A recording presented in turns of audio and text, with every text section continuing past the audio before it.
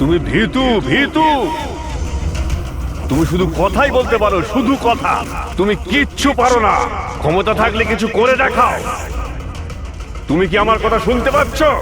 যদি আমার কথা শুনতে পাও তাহলে আমি যা বলছি তা তোমাকে করতে হবে।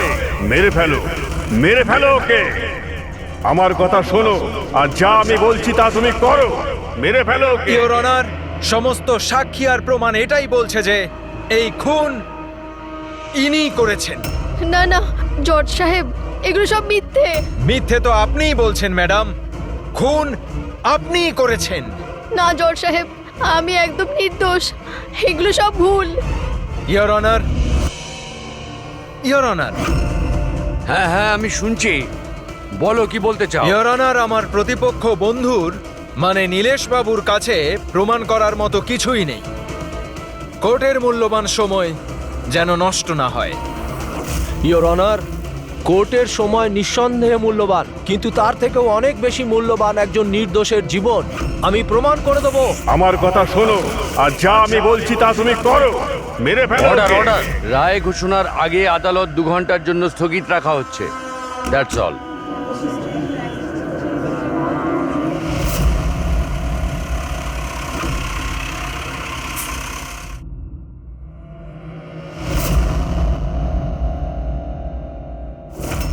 শোনো, তোমাকে ওকে মেরে ফেলতে হবে।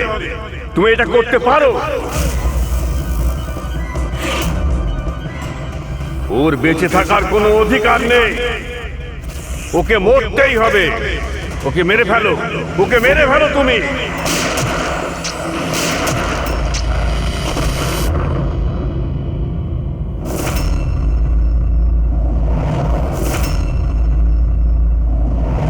স্যার, এরা বলছে যে প্রীতিকা এখানে ছিল যখন জাজ শ্রীকান্ত এখানে আসে আর ওর ওপরে গুলি চালায়।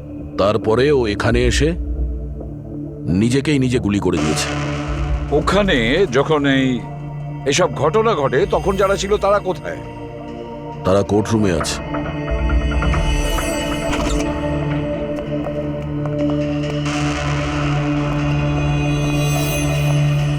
আচ্ছা, একটু ডিটেলসে বলবেন এখানে কি হয়েছিল? স্যার, এই কেসটার শুনানি চলছিল। জজ সাহেবের শরীরটা হঠাৎ খারাপ হয়েছিল। উনি 2 ঘন্টার বিশ্রাম নিয়েছিলেন। আর হঠাৎই নিজের চেম্বারে এসে নিজেকে আর অভিযুক্তকে গুলি করে মারেন। কিন্তু ওনার কাছে তো বন্দুক থাকতো না। ওনার কাছে বন্দুক কোথা থেকে এলো? সে তো আমরাও বলতে পারছি না যে গান এলো কোথা থেকে, তবে ওনার কাছে একটা গান ছিল। তার মানে বন্দুকের ব্যবস্থা আগে থেকেই করে রেখেছিল। মনে হচ্ছে জজ সাহেব পুরো প্ল্যান করেছিলেন প্রীতিকাকে খুন করার জন্য। মনে তো তাই হচ্ছে। আচ্ছা, জজ সাহেবের এই কেসের সঙ্গে কোনো পার্সোনাল ইনভলভমেন্ট ছিল? না না স্যার, সেরকম কিছু নয়। প্রীতিকার সাথে কোনো ব্যক্তিগত শত্রুতা? জজ সাহেব তো খুবই বুঝদার মানুষ ছিলেন। কেসের প্রত্যেকটা দিক খুব মনোযোগ সহকারে লক্ষ্য করতেন স্যার। বেশ কয়েকদিন ধরে আমার এটাই মনে হচ্ছিল যে কিছু না কিছু গন্ডগোল আছে। ম্যাম, তাহলে কি জজ সাহেবের শরীর ভালো ছিল না? সেটা তো আমি জানি না, কিন্তু কিন্তু হ্যাঁ, উনি উনি অদ্ভুত অদ্ভুত আওয়াজ শুনতে পাচ্ছিলেন। এমনই একটা ঘটনা হয়েছিল। কি গো, এসো, খেতে দিচ্ছি তো।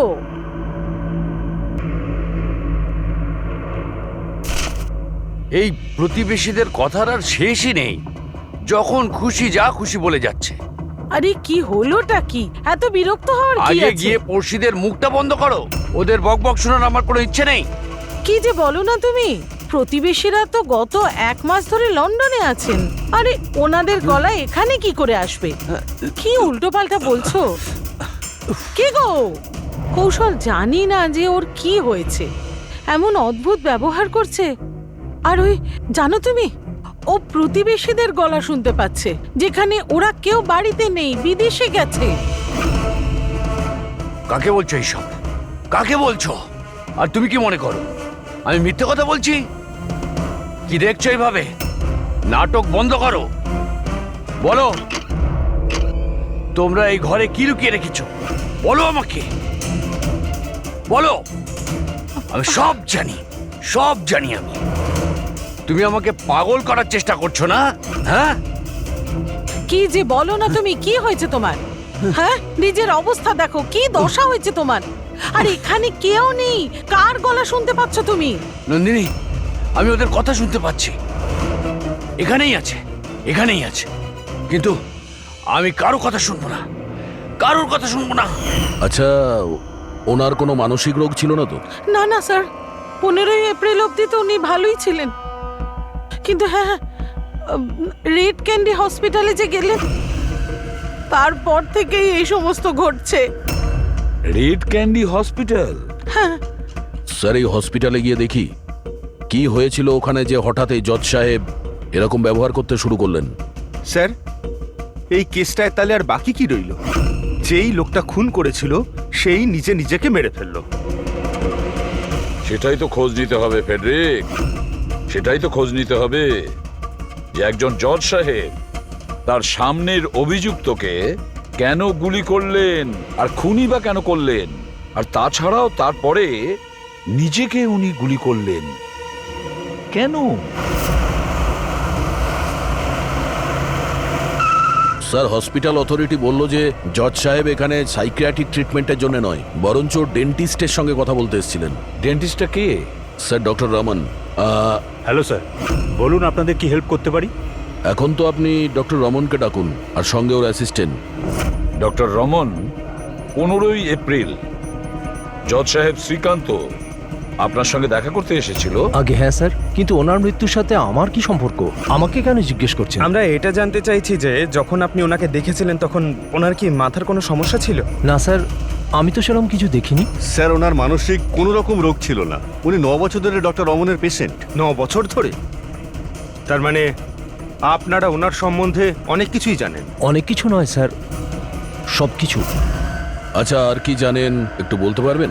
আপাতত এইটুকুই বলতে পারি যে উনি খুব শর্ট টেম্পার্ড ছিলেন, খুব তাড়াতাড়ি উনি রেগে যেতেন, বাট মানসিক অসুস্থ নয়। যদি ওনার কোনো মানসিক রোগই না থাকে তাহলে উনি আওয়াজগুলো কেন শুনতে পেতেন?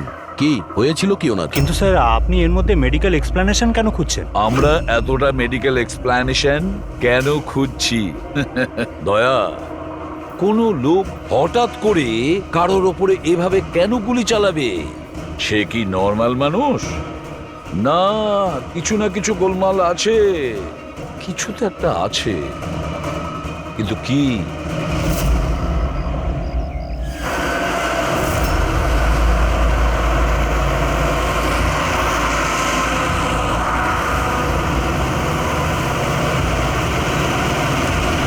বীরেন, তুমি শুধু শুধু চিন্তা করছো। সিকিউরিটির দায়িত্ব যখন ধনঞ্জয় নিয়েছে তখন আমরা নিরাপদে পৌঁছে যাব।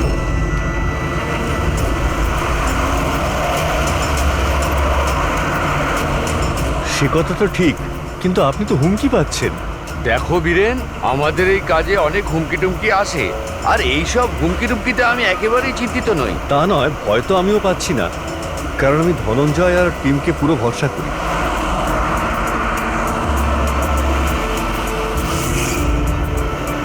স্যার, আমরা হলের 500 মিটার পর্যন্ত কাউকে যেতে দিচ্ছি না, আর সব জায়গায় সিসিটিভি লাগানো রয়েছে। এটা খুব সহজ ধনঞ্জয়, ভীতু হয়েও না। আমি জানি এই কাজ তুমি সম্পূর্ণ করবে, তাও একেবারে নিজের হাতে। তুমি শুনতে পাচ্ছ তো ধনঞ্জয়? তুমি ভীতু নও, ভীতু নও, তুমি ভীতু নও, তুমি তুমি এই কাজটা সম্পূর্ণ স্যার। করবে। ব্লক বি এর অ্যারেঞ্জমেন্টের ব্যাপারে তুমি কি বলছিলে? স্যার, আমি ব্লক বির সম্বন্ধে কথা বলিনি। স্যার, আপনি ঠিক আছেন তো? আপনার শরীর খারাপ মনে হচ্ছে। আমার শরীর ঠিক আছে, একদম ঠিক আছে।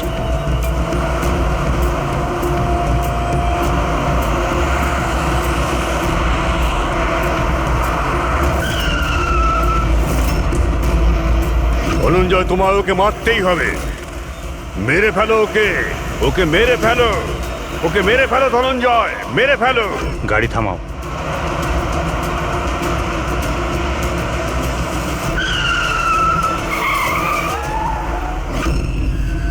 এখানে গাড়ি থামালো কেন? স্যার, কি হলো? এগিয়ে যাও ধনঞ্জয়, তোমার মিশনকে কমপ্লিট করো। মেরে ফেলো ওকে, ভীত হয়েও না ধনঞ্জয়, মেরে ফেলো ওকে। তুমি তুমি এটা করতে পারো, ধনঞ্জয় এদিকে কেন আসছে? এগিয়ে যাও ধনঞ্জয়, ওকে মেরে ফেলো, মেরে ফেলো ওকে, ওকে মেরে ফেলো। আমি দেখছি, দাঁড়াও। ওকে। কি হয়েছে ধনঞ্জয়? গাড়ি আটকালে কেন? তুমি এটা করতে পারো ধনঞ্জয়, ওকে মেরে ফেলো।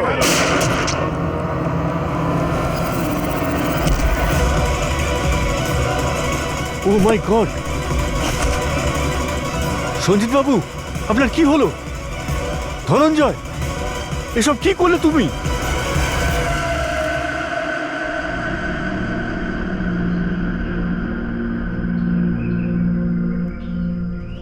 মন্ত্রী সিকিউরিটি ইনচার্জ উনিই ছিলেন? হ্যাঁ স্যার, ধনঞ্জয় বাবু উনি ইনচার্জ ছিলেন। অদ্ভুত স্যার, যাকে বডিগার্ড রেখেছিল সেই মেরে দিল। মন্ত্রী মশাইকে মারার কোনো বিশেষ কারণ? স্যার এটা তো ধনঞ্জয় স্যারই বলতে পারবেন। আচ্ছা, একটা কথা বলো, গুলিটা ভেতর থেকে মেরেছে না বাইরে থেকে? স্যার গাড়ির বাইরে থেকে মেরেছে। ধনঞ্জয়, ধনঞ্জয়, শকে আছে মনে হচ্ছে। তোমরা কোথায় যাচ্ছিলে? স্যার একটা চিলড্রেন ফাউন্ডেশনের মিটিং ছিল, ওখানে যাচ্ছিলাম। আমাদের গাড়ি আগে ছিল আর মিনিস্টারের গাড়ি পেছনে। আর আমি ধনঞ্জয় স্যারের সাথে সিকিউরিটির ব্যাপারে কথা বলছিলাম, কিন্তু উনি আমার কোনো কথায় মনোযোগ দিচ্ছিলেন না। আর কেমন কেমন যেন বিহেভ করছিলেন স্যার, আর দেখে মনে হচ্ছিল যেন খুব টেনশনে আছে। আমি জিজ্ঞেস করলাম কি হয়েছিল, উনি কেমন উল্টোপাল্টা কথা বলতে লাগলেন। স্যার, জজ শ্রীকান্তের সঙ্গেও তো এটাই হয়েছিল। আচ্ছা, এই দুটো কেস একই রকম নয় তো? আর কেউ ছিল মন্ত্রীবাবুর সঙ্গে? স্যার বীরেনবাবু। বীরেনবাবু, হ্যাঁ স্যার। আপনি মন্ত্রীবাবুর সঙ্গে ছিলেন তো? হ্যাঁ স্যার, আমি ছিলাম। মন্ত্রীমশাই আপনাকে কিছু বলেছেন এই ধনঞ্জয়ের ব্যাপারে? স্যার, মিনিস্টার সবসময় ধনঞ্জয়ের প্রশংসাই করতেন স্যার। ওনার প্রাণ সংশয় ছিল। এই কিছুদিন আগেই ধনঞ্জয় ওর প্রাণ বাঁচিয়েছিল।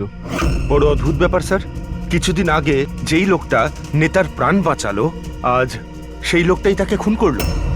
আচ্ছা, গুলি মারার পরে ধনঞ্জয় পালিয়ে যাওয়ার চেষ্টা করেছিল? না স্যার, বরং নিজেকে গুলি মারার চেষ্টা করেছিল। স্যার, অনেক কষ্ট করে সিকিউরিটি গার্ডরা ওকে আটকেছিল স্যার। অদ্ভুত ব্যাপার স্যার। জজ শ্রীকান্ত খুন করার পরে নিজেকে নিজে গুলি মেরে দিয়েছিল, আর এও নিজেকে গুলি করার চেষ্টা করেছিল। একটা কাজ করা যাক, ধনঞ্জয়কে বিউরোতে নিয়ে যাই, ওখানে গিয়েই জিজ্ঞাসাবাদ করব আমরা। আর একটা কথা বুঝতে পারছি না দয়া, খুন করার পরে খুনি তার নিজেকে গুলি কেন করছে? কেন?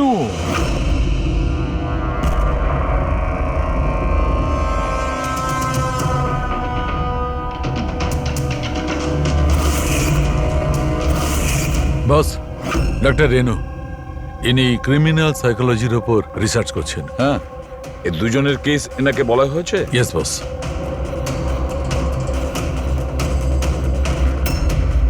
আমার ছেলে কোথায়? আমি ওর কাছে যাব। ইনি মিনিস্টারের সিকিউরিটি ইনচার্জ ধনঞ্জয়ের মা। ও, ওকে এখানে কেন এনেছেন? দেখুন, আপনার ছেলে মন্ত্রীবাবুকে খুন করেছে। না না, আমার ছেলে কাউকে খুন করতে পারে না। ও তো নিজেই অসুস্থ, ওর মানসিক পরিস্থিতি ঠিক নেই। কি কি অসুখ হয়েছে আপনার ছেলের? গত কিছুদিন ধরে ও কিছু কিছু আওয়াজ শুনতে পেত।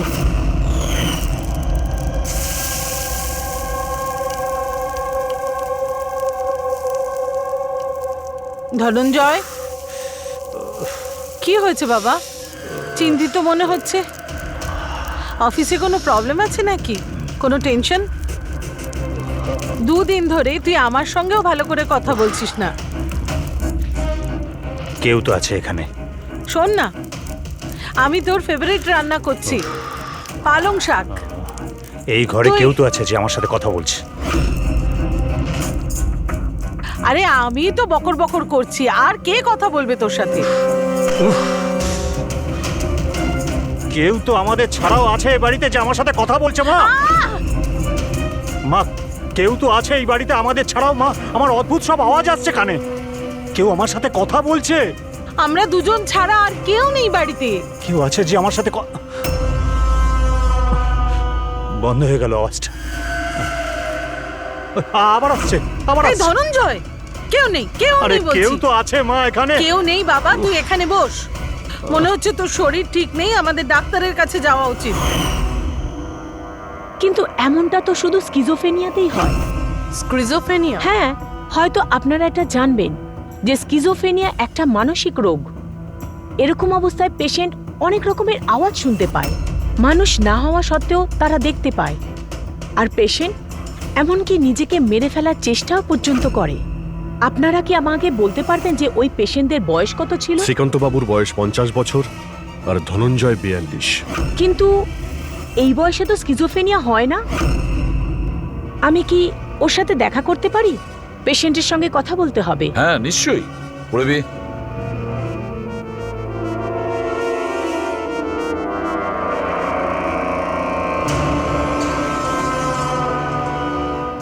ধনঞ্জয়, তুমি সঞ্জিতকে কেন মেরেছো?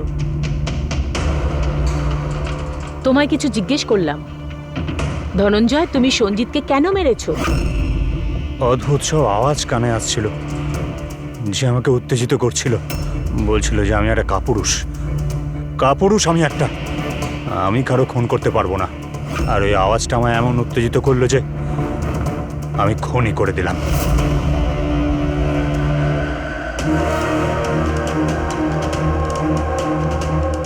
আর তোমার গাল এটা ফুলে আছে কেন? আমার দাঁতে ইনফেকশন হয়েছে। জজ শ্রীকান্ত, ওরও তো দাঁতে ইনফেকশন ছিল স্যার। হ্যাঁ, আমার ছেলেরও দাঁতের চিকিৎসার পর থেকেই ওর শরীর খারাপ হচ্ছিল। কি? দাঁতের চিকিৎসা করানোর পরে আপনার ছেলে শরীর খারাপ হয়? এই কোন ডেন্টিস্টের কাছে ট্রিটমেন্ট করিয়েছেন? Doctor Raman, red candy hospital. Red candy হসপিটালে গিয়েছিল, তারপর থেকে ওনার সঙ্গে এই সমস্ত কিছু হচ্ছে। কিরকম কোইন্সিডেন্স দেখেছো? ধনঞ্জয় আর শ্রীকান্ত দুজনেরই দাঁতের প্রবলেম, দুজনের ডেন্টিস্ট এক, আর ওদের দাঁতের চিকিৎসা করার পরেই শরীরটা খারাপ হয়েছে। এটা কিরকম কোইন্সিডেন্স? গন্ডগোল আছে, অনেক গন্ডগোল আছে। এই ধনঞ্জয় আর জজ শ্রীকান্তর দাঁতের এক্সরে বের করো, বোঝা তো যাবে এর পেছনে কি কারণ আছে।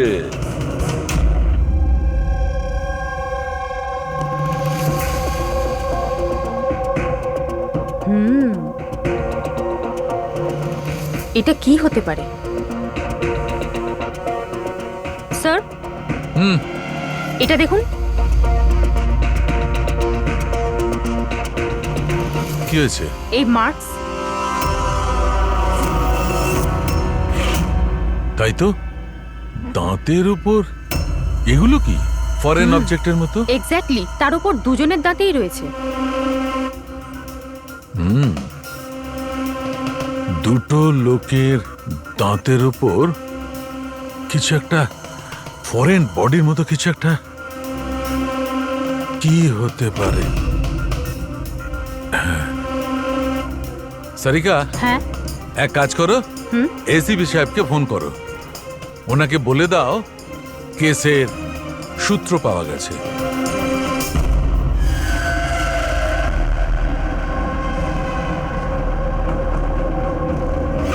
এই দেখো বস, দুজনের দাঁতের উপরই এই ধরনের চিপ।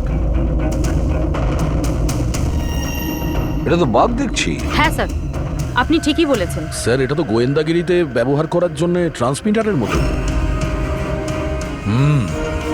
বস, এর জন্যেই শ্রীকান্ত আর ধনঞ্জয় ওই আওয়াজ শুনতে পেত। তাহলে এই চিপটা ট্রিগারের কাজ করছিল, এর মাধ্যমে ওই উস্কানির শব্দ ওর কানে পৌঁছচ্ছিল, আর সেই জন্যই ওরা খুন করতে বাধ্য হচ্ছিল। আমার তো মনে হয় এই কাজটা ডক্টর রমনেরই। উনিই দাঁতের চিকিৎসা করেছেন। জিজ্ঞাসাবাদ করতে হবে ডক্টর রমনকে, আর একজন এক্সপার্টকেও ডাকো। আর ট্রান্সমিটারের ব্যাপারে পুরো ব্যাপারটা আমাদের জানতে হবে। ডক্টর রমন, দাঁতের মধ্যে ট্রান্সমিটার লাগাতেও আপনি শুরু করে দিয়েছেন? ট্রান্সমিটার? হ্যাঁ। কোন ট্রান্সমিটারের কথা বলছেন আপনারা? সেই ট্রান্সমিটারের কথা বলছি যেটা জজ শ্রীকান্ত তার সিকিউরিটি অফিসার ধনঞ্জয়ের দাঁতে পাওয়া গিয়েছে। দেখুন, আমার কথা বিশ্বাস করুন, আমি কোনো ট্রান্সমিটার লাগাইনি। এসব কি বলছেন কি আপনারা? ডাক্তারবাবু, দাঁতে ট্রান্সমিটার লাগাবেন কেন? স্যার, আপনারা আমাদের হসপিটালকে বরবাদ করতে এসেছেন। ডক্টর রমন আমাদের হসপিটালের একজন দায়িত্বপূর্ণ ডক্টর স্যার। এই ধরনের কাজ উনি করবেন না। কিন্তু এই ধরনের কাজ এখানে তো হয়েছে। আমরা শ্রীকান্ত আর ধনঞ্জয়ের দাঁতের ভেতর থেকে এই ট্রান্সমিটার পেয়েছি। আর এই ট্রান্সমিটারের কারণে ওনারা দুজন স্কিজোফেনি হয়ে যায়। স্যার ওনারা দুজন আমার খুব পুরনো পেশেন্ট। শ্রীকান্ত 9 বছর আর ধনঞ্জয় 2। স্যার আমি আমার পেশেন্টের সাথে এরকম করব কেন? এটা তো আপনি বলবেন। কেন ট্রান্সমিটার লাগালেন? আমার কথা বিশ্বাস করুন, আমি কোনো ট্রান্সমিটার লাগাইনি। কারণ ওনার কাছে ট্রান্সমিটার লাগানোর আর তাকে মোলার ইমপ্ল্যান্ট করানোর ট্রেনিংই নেই। উনি শুধুই একজন ডক্টর, ভালো দাঁতের ডক্টর। আর স্যার আমরা এখানে দাঁত লাগিয়ে থাকি, বানাই না। দাঁত তো অর্ডার দিলে বাইরে থেকে আসে। কোথা থেকে অর্ডার করেন আপনারা দাঁত? ডেনজা biocare. ডেনজা biocare. Hendrick, Pankaj, doctor রমনের চেম্বারটা ভালো করে চেক করো, প্রতিটা কোণা ভালো করে দেখো। আর কতজনের দাঁত ইমপ্ল্যান্ট করেছেন? আগে প্রায় 20 জনের। আচ্ছা, তাহলে ওই 20 জনের নাম আর ঠিকানা আমাদের চাই। দয়া স্যার, হতে পারে ওই 20 জনের জীবনও বিপন্ন।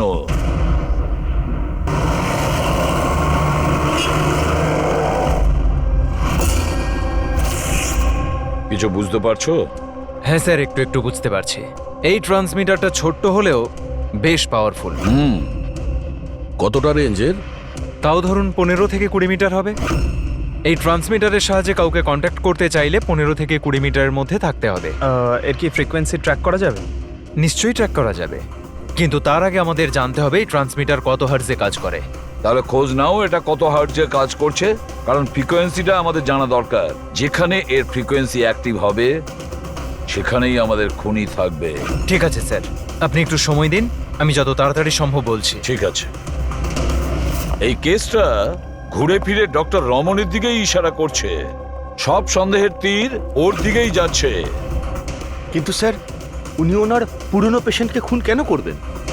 হ্যাঁ স্যার, হসপিটাল অ্যাডমিনিস্ট্রেটর বলছিল যে এইরকম ট্রান্সমিটার বানানোর ক্ষমতা ডক্টর রমনের নেই। সন্দেহের মধ্যে এই কবিতা আর বীরেনও তো আছে। হতে পারে এদের মধ্যেই কেউ মেরেছে। হতে পারে দয়া, নিশ্চয়ই হতে পারে, কিন্তু সে যেই হোক সে 15 থেকে 20 মিটারের মধ্যেই কাজ করেছে। আর ওই 20 জনের ব্যাপারে কি খোঁজ নিয়েছো? না স্যার, ওদের মধ্যে কোনো কানেকশন নেই। এমনকি শ্রীকান্ত আর ধনঞ্জয় ওরাও একে অপরকে চিনত না। তবু বলছি, তুমি ওই 20 জনের কাছে যাও, জিজ্ঞাসাবাদ করো ওনাদের সাথেও কি একই ঘটনা ঘটছে যেটা শ্রীকান্তের সঙ্গে হয়েছে। আরো একটা কথা, লয়ারের চেম্বার আর চেম্বুর খোঁজ নাও, ওখানে কটা সেলফোন অ্যাক্টিভ ছিল ওই খুনের সময়। আর দয়া, আর ওই দাঁত তৈরির কোম্পানিতে খোঁজ নাও, দেখো কে এমন আছে যে দাঁতের মধ্যে ট্রান্সমিটার ফিট করে দেয়।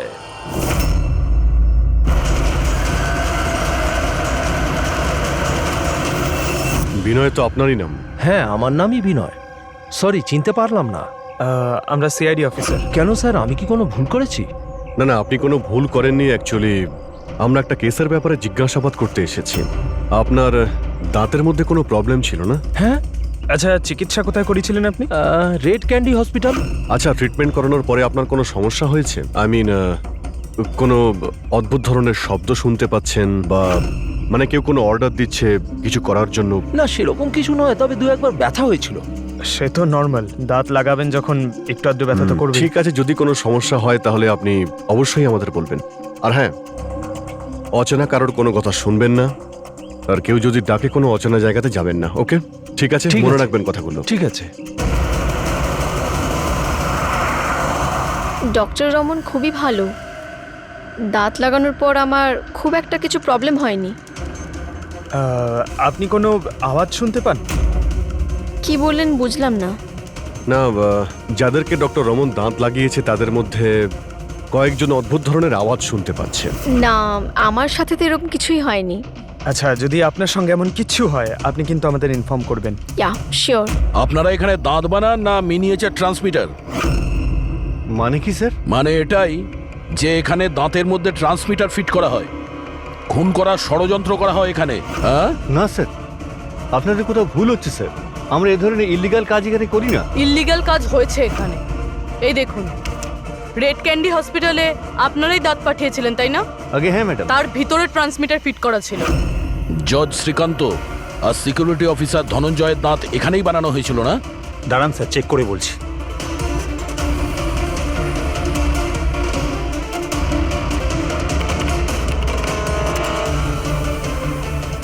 হ্যাঁ স্যার, দাঁত তো এখানেই বানানো হয়েছে, কিন্তু যদি আমাদের এমপ্লয়ি রূপালী থাকতো যে এই দাঁত বানিয়েছে, তাহলে সত্যিটা জানা যেত। কোথায় আপনাদের সেই এমপ্লয়ি রূপালী? ও তো কাল রাতেই মারা গেছে। কি করে মারা গেছে?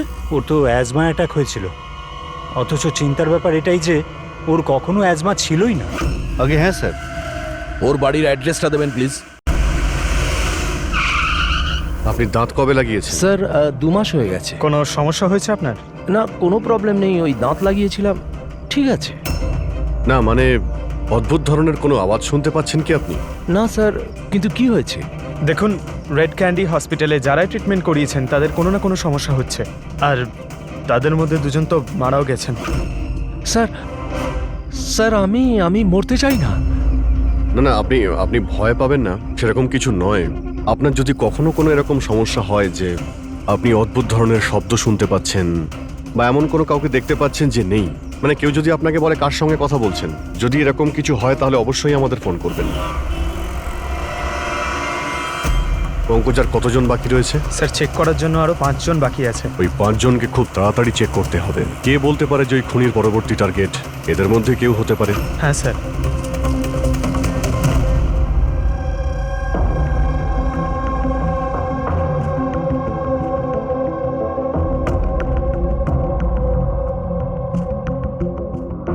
হ্যাঁ শোনো, কিছু জানতে পারলে? স্যার, আমি প্রায় জেনে ফেলেছি, আর একটু সময় দিন। স্যার, হ্যাঁ প্যাড্রিক। জজ সাহেব আর সঞ্জিতের সম্পর্ক আছে স্যার। আচ্ছা, কিরকম সম্পর্ক? স্যার, এই কেস ফাইলটা দেখুন। 2009 সালে একজন ডাক্তার রিসার্চ করছিলেন, কিন্তু ওনার গ্রান্ট এই নেতা ক্যান্সেল করে দিয়েছিলেন। আর ডক্টরের প্র্যাকটিস করার লাইসেন্স ক্যান্সেল করেছেন মিনিস্টার সঞ্জিত, আর ওর শাস্তি ঘোষণা করেছে শ্রীকান্ত বাবু, আর নাম হলো ডক্টর ললিত। স্যার, এই ডক্টর ললিত আসলে কে? খোঁজ নিতে হবে ডক্টর ললিত কে আর কি ব্যাপারে তিনি রিসার্চ করছেন। তো আপনার মেয়ে টুথ ইমপ্ল্যান্ট করিয়েছে? হ্যাঁ, এই তো 2 দিন আগেই ইমপ্ল্যান্ট করিয়েছে রেড ক্যান্ডি হসপিটাল থেকে। স্যার, যেদিন থেকে টুথ ইমপ্ল্যান্ট করিয়েছে অদ্ভুত অদ্ভুত কথা বলে আর খুব ভয় পেয়ে থাকে। মা, মা, কি হলো, কিছু চাই? বাড়িতে কেউ এসেছে? কেউ আসেনি তো। না মা, কেউ তো এসেছে। আমি আছি, তুই আছিস, আর বাবা তো হংকং এ গেছে। আর কেউ এলে তো বেল বাজাবে, বেলও তো বাজেনি। জানি না মা, কি হচ্ছে। ঘুম থেকে ওঠার পর থেকেই মনে হচ্ছে যেন বাড়িতে কেউ আছে, আর আমার ব্যাপারে নানা রকমের কথা বলছে। বুঝতেই পারছি না। তোর শরীর ঠিক আছে তো? কোনো স্বপ্ন দেখেছিস নাকি? না মা, কোনো স্বপ্ন দেখিনি। মনে হচ্ছে না আমার কানে বাজছে সবকিছু। মা, প্লিজ একটা কাজ করো, আমার জন্য 1 কাপ চা দাও আমার ঘরে। আমার মাথা পুরো ঘুরছে। তো এখন জিয়া কোথায়? ওকে ব্যান্ড্রার একজন সাইকোলজিস্টের কাছে পাঠিয়েছি। দেখুন, আপনি এক্ষুনি ওই সাইকিয়াট্রিস্টের অ্যাড্রেসটা দিন। ওর সঙ্গে দেখা করাটা খুবই জরুরি। নাম্বারটা নিয়ে নাও। জিয়া, আজ তোমাকে ওই কাজটা কমপ্লিট করতেই হবে। তোমাকে যেভাবেই হোক ওকে মারতেই হবে। ওকে বাঁচিয়ে রাখলে চলবে না। যত তাড়াতাড়ি হোক মেরে ফেলো ওকে। ওকে মেরে ফেলতেই হবে।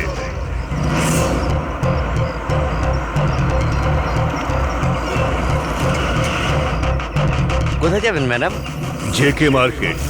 ওকে বলো তোমাকে জেকে মার্কেট যেতে হবে। আমি বলছি ম্যাডাম, কোথায় যাবেন? JK market. আচ্ছা বসুন।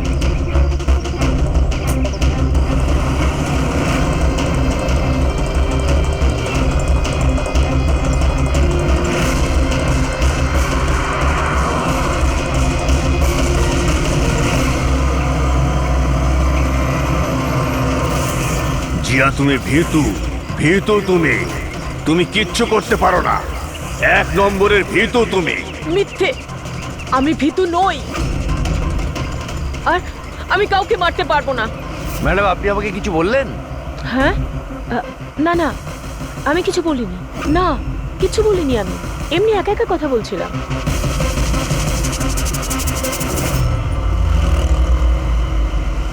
জিয়া, তোমায় ওকে মারতেই হবে। তুমি ওকে বাঁচিয়ে রাখতে পারো না, তোমায় ওকে মারতেই হবে জিয়া। মেরে ফেলো ওকে। না, আমি কাউকে খুন করতে পারবো না। কারণ না। আরে দাদা, গাড়ি কেন থামিয়ে দিলেন? ম্যাডাম, গাড়ি আর আগে যাবে না। কেন যাবে না? আমি তো বললাম ম্যাডাম, গাড়ি আর আগে যাবে না। যাবেন না যখন তো আগে বলতে পারতেন। ম্যাডাম, আপনি নামবেন না আমি গাড়ি থেকে নামবো?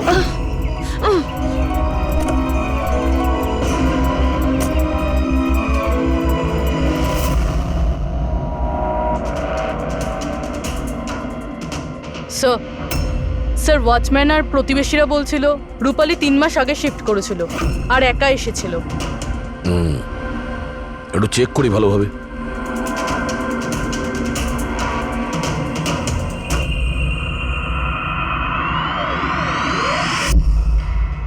এটা কি?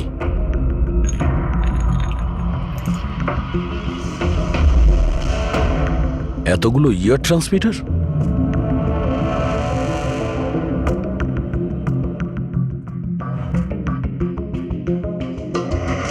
এই ডক্টর রমনের পেশেন্টদের পুরো ডিটেলস আছে এখানে। এই দেখো স্যার, এই জিয়া তো সেই যার ব্যাপারে অভিজিৎ স্যার আমাদের বলেছিল। স্যার, এই রূপালী এ কারোর হাতের পুতুল ছিল না তো? হতে পারে, হতে পারে খুনি জেনে গেছে যে আমরা রূপালী পর্যন্ত পৌঁছে যাব, তাই মেরে দিয়েছে ওকে।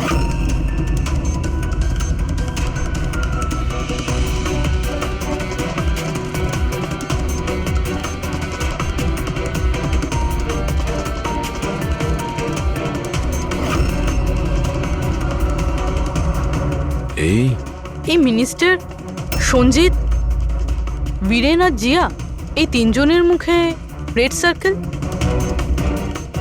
মন্ত্রীমশাইয়ের মুখে ক্রস মেরেছে। মন্ত্রীমশাই তো মারা গেছেন, এখন বাকি আছে এই বীরেন আর জিয়া। মানে পরের নম্বর এদের।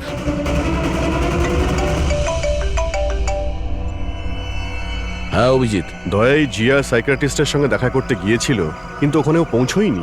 আচ্ছা, আমরা এখানে রূপালীর বাড়িতে একটা ফটো পেয়েছি যার মধ্যে মন্ত্রীমশাই, সঞ্জিত, বীরেন আর জিয়া আছে। এই মন্ত্রীমশাইয়ের মুখের ওপর তো ক্রস মারা আছে, কিন্তু এই দুজনের মুখের ওপর লাল পেন দিয়ে সার্কেল করা আছে। আচ্ছা, এরকম নয় তো যে এই জিয়া বীরেনকে মারতে গেছে? তুমি এক কাজ করো, বীরেনকে অ্যালার্ট করো, খোঁজ নাও যে ও কোথায়। ততক্ষণ আমি জিয়ার লোকেশন ট্র্যাক করছি আর তারপর দেখা করছি। ওকে? ইয়া। পুরবি, একটু বীরেনকে ফোন করো তো।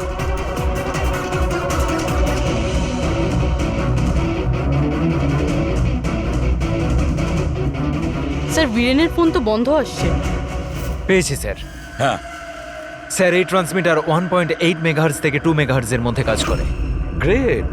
1.8 মেগাহার্টজ থেকে 2 মেগাহার্টজ। হ্যাঁ স্যার। দেখ, আমার কথাটা মন দিয়ে শোনো। হ্যাঁ, প্রথমত ফেডরিক দারুণ কাজ করেছে। রিসার্চ করে এমন নাম বার করেছে যার কানেকশন মিনিস্টার সঞ্জিত আর জজ শ্রীকান্তর সঙ্গে।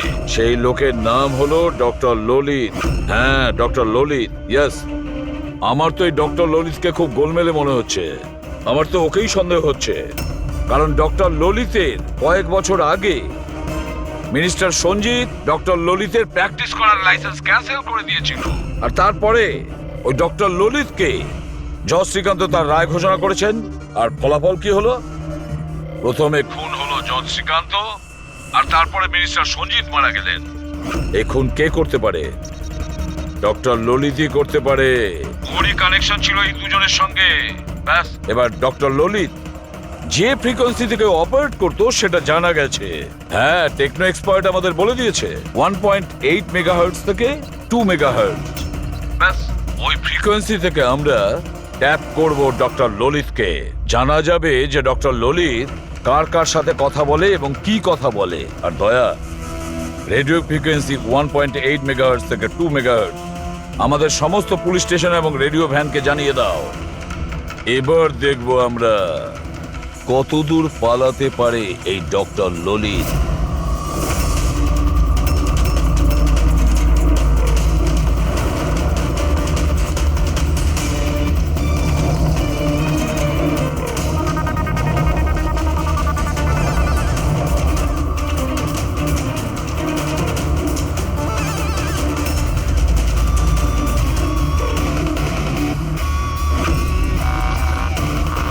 ফ্রিকোয়েন্সিতে কোনো কিছু নজরে আসছে না?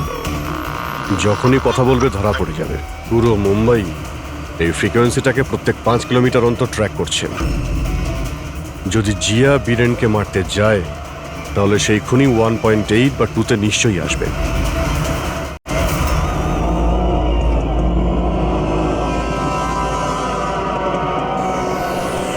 এগিয়ে যাও জিয়া, তোমার কাজটা সম্পূর্ণ করো। এটা কে হতে পারে যে সঞ্জিতের খুনের ব্যাপারে আমাকে এখানে ডেকে পাঠিয়েছে? জিয়া, ওকে মারতে হবে তোমায়। ওর বেঁচে থাকার কোনো অধিকার নেই।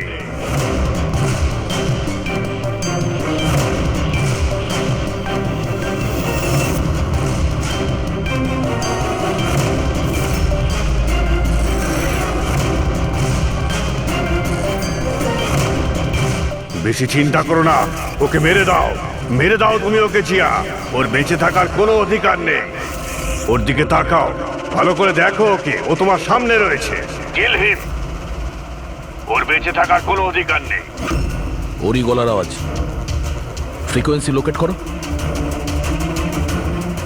দেখো, নিজের ব্যাগ থেকে গান বের করো।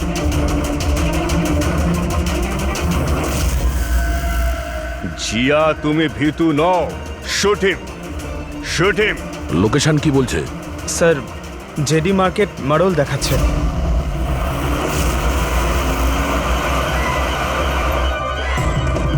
কামান জিয়া, মারো, মারো ওকে, মারো ওকে। স্যার, এসব কি হচ্ছে? ও আমাকে কেন মারতে চাইছিল? কেউ আমাকে ফোন করে বলে যে সঞ্জিতের খুনির ব্যাপারে আমাকে বলবে। ঘাবড়াবেন না, এটা একটা প্ল্যান ছিল। আপনি এখন সেফ আছেন, আপনি যেতে পারেন। ওকে স্যার, আমি যাচ্ছি। ওই খুনি এখানেই কোথাও আছে, ভিড়ের মধ্যে মিশে রয়েছে। সিগন্যাল তো এখানেই দেখাচ্ছে, এখানে।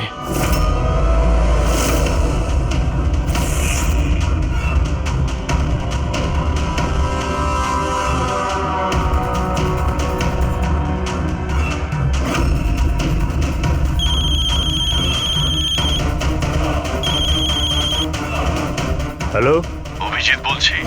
মাঝে মধ্যে আমাদের সঙ্গে দেখা করো। আর এদিক ওদিকে কি দেখছিস?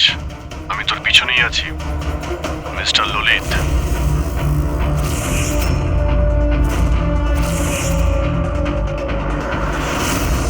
হসপিটালের অ্যাডমিনিস্ট্রেটর পবন। অপরাধী যতই তার নাম বদলাক আর তার বেশ বদলাক, একদিন না একদিন তাকে ধরা পড়তেই হয়। কি, চলো।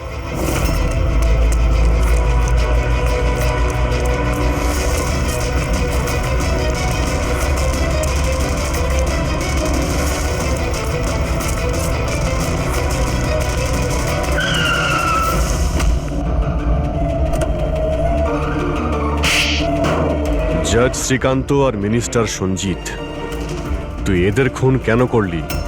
প্রতিশোধ নিতে চেয়েছিলাম। প্রতিশোধ। ওরা আমার জীবন বরবাদ করে দিয়েছিল। কিরকম প্রতিশোধ? আমি নাম করা ডাক্তার ছিলাম। স্কিজোফ্রেনিয়া নামক একটা অসুখের উপর তার ট্রিটমেন্টের জন্য আমি এক্সপেরিমেন্ট করছিলাম।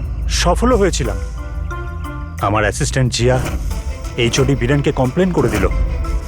আর এইচওডি বীরেন তো মিনিস্টার সঞ্জিতের কাছেই আমার কমপ্লেন করে দিল। আর নেতা সঞ্জিত তোমার এই এক্সপেরিমেন্ট বন্ধ করে দেয়। হ্যাঁ, আমার প্রজেক্ট মাঝপথেই থেমে গেল। তাহলে তুই জেলে কি জন্য গিয়েছিলি? আসলে আমার গাফিলতির কারণে একটা মানুষের মৃত্যু হয়ে যায়। জজ শ্রীকান্ত কিছু চিন্তা ভাবনা না করি 10 বছরের সাজা দিয়ে দেন আর ডক্টর হওয়ার সম্মানটাই ছিনিয়ে নেন। তাহলে তুই এদের মেরে তোর হারিয়ে যাওয়ার সম্মান উদ্ধার করতে চেয়েছিলি। নামান্না, রূপালী, এদের ইনভলভমেন্ট কি ছিল? জেল থেকে বেরোনোর পর আমি আমার শত্রুদের ট্র্যাক করতে শুরু করি। আমি ওদের মধ্যে এমন একটা ডিভাইস ফিট করতে চেয়েছিলাম যেন ওরা কিছু টের না পায়। ডক্টর রমন আর রূপালী আমাকে সাহায্য করছিলেন। ওরা কিভাবে সাহায্য করেছিল? জজ শ্রীকান্ত আর জিয়ার দাঁতের সমস্যা হয়েছিল। ওরা ওদের চেক আপের জন্য ডক্টর রমনের ক্লিনিকে আসা যাওয়া করত। নেতা সঞ্জিতের দাঁতে কোনো সমস্যা ছিল না, কিন্তু তার বডিগার্ড ধনঞ্জয়ের দাঁতে প্রবলেম ছিল। আমি ওকে ফ্রি ডেন্টাল চেক আপের লোভ দেখালাম আর ডক্টর রমনের ক্লিনিকে পাঠিয়ে দিলাম। ডক্টর রমন ওকে নতুন দাঁত লাগানোর পরামর্শ দিলেন। আর আমার কথাতেই রূপালী ওর দাঁতের মধ্যে ডিভাইস ফিট করে দিল। আর রূপালী এসব করতে রাজি হলো? হ্যাঁ,